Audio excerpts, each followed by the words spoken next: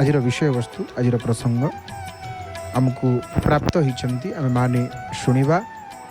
महाप्रभुंकर फूल तुलसी श्रृंगार। आपण मान तो देखुं जे महाप्रभु किपरि वर्तमान केवल आपण माने देखुं कौन प्रभु कौन धारण करिसेंती, अलका धारण करिसेंती, झुंपा धारण करिसेंती एवं पुष्प और तुलसीर जो अलंकार ये संपर्क में आम मैंने शुणा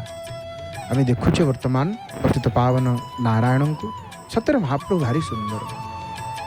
एते सुंदर प्रभु जगन्नाथ किए महाराज इंद्रदम्नंकर स्तुति को जदि आम लक्ष्य करवा जगन्नाथ महाप्रभु को महाराज इंद्रदम्न जो स्तुति करिसेंती इंद्रदम्नंकर स्तुति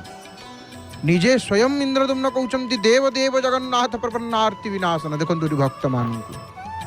भक्त वर्षा होची देवराज इंद्र वर्षा करुँच देखु ना अरुण स्तंभ चकड़ार से जो भूमि